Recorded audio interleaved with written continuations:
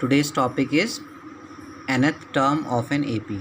कल हम लोगों ने इंट्रोडक्शन किया था कि अर्थमेटिक प्रोग्रेशन क्या होता है, अर्थमेटिक जो सीरीज़ होती है किस फॉर्म में होती है। तो हमने देखा था कि जो अर्थमेटिक प्रोग्रेशन में अगर कोई भी नंबर्स होंगे तो उनमें क्या होता है, इम्पॉर्टेंट चीज़ कि उनका कॉमन डिफरेंस जो होता है वो सेम होता है। ठीक है, फर्स्ट टर्म, सेकेंड टर्म, फिर सेकेंड थर्ड टर्म। तो आज हम चेक करेंगे कि कैसे nth term of an AP को फाइंड आउट किया जाता है। तो सपोज़ हमारे पास A1 A2 A3 एक एपी है जिसका फर्स्ट टर्म जो है वो A1 है और वो है A और कॉमन डिफरेंस है D। तो सेकेंड टर्म जो होता है उसका A2, इसको हम कैसे लिखते हैं कि फर्स्ट टर्म में एक फिक्स नंबर को हम ऐड कर देते हैं। ठीक है, तो A प्लस डी, और इसको हम कैसे लिख सकते हैं A प्लस डी को, A plus 2 - 1 into D. Clear, क्योंकि जब आप इसे सॉल्व करेंगे you will get A plus D.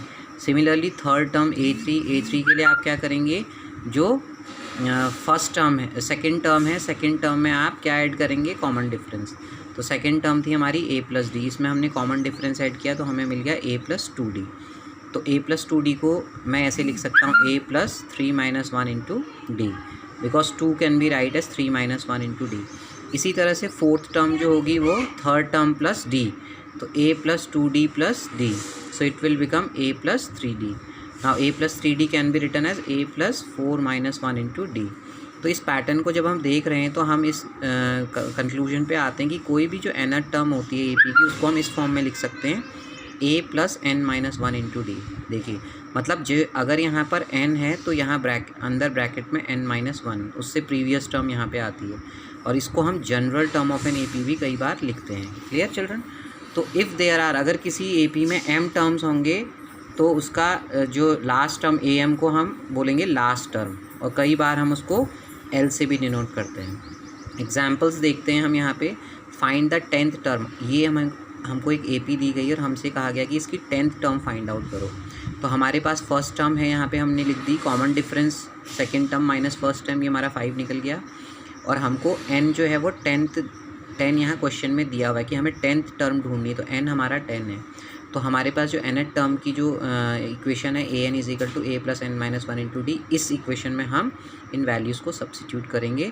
So n means n यहाँ पे 10 है, तो 10th टर्म हमें ढूंढनी है, तो ये हमने पुट किया तो हमारे पास क्या आंसर आ गया, 47। तो इस तरह से हमने इसको अप्लाई किया है nth टर्म के फॉर्मूले को। एक और एग्जाम्पल्स देखेंगे बच्चों। सपोज़ हमसे पूछा गया है कि which term of the AP कि -81 इस अर्थमेटिक प्रोग्रेशन की कौन से नंबर की टर्म है, और क्या इस AP की कोई टर्म 0 हो सकती है, अगर है तो उसका रीज़न दीजिए। तो हम देख रहे हैं यहाँ पे फर्स्ट टर्म हमारी क्या है, 21, तो A हमारा आ गया 21। कॉमन डिफरेंस हम second term minus first term से निकालेंगे -3, और nth टर्म जो है हमें दी हुई है 81, कि पूछ रहा है विच टर्म इज़ -81, तो इसको हमने an टर्म्स ले लिया। अब हमें n फाइंड आउट करना है कि वो कौन सी टर्म है। तो an का फॉर्मूला यहाँ पुट किया, सारी वैल्यू सब्सिट्यूट की, यहाँ से हमारे पास n निकल के आ गया 35। इट मीन्स कि जो -81 है वो इस AP की कौन सी टर्म होगी, 35th टर्म होगी। क्लियर? अब हमें देखना है कि क्या 0 भी इसकी कोई टर्म है, क्या is there any value n for which an = 0। तो उसके लिए हम क्या करेंगे कि जैसे हमारे पास यहाँ 21 फर्स्ट टर्म थी, n - 1 into D, common difference -3 = इसको हमने 0 के इक्वल पुट कर दिया, क्योंकि वो पूछ रहा है कि क्या कोई n है जिसके लिए an 0 होगा। तो यहाँ से हमारे पास n निकल के आ गया 8, इसका मतलब यस हमारी 8th टर्म जो होगी वो 0 होगी। तो बेटा आज का टॉपिक आपका यही है, you have to do exercise 5.2 based on it, और अगर आपको कोई डाउट्स होंगे तो आप क्लियर कर लीजिएगा।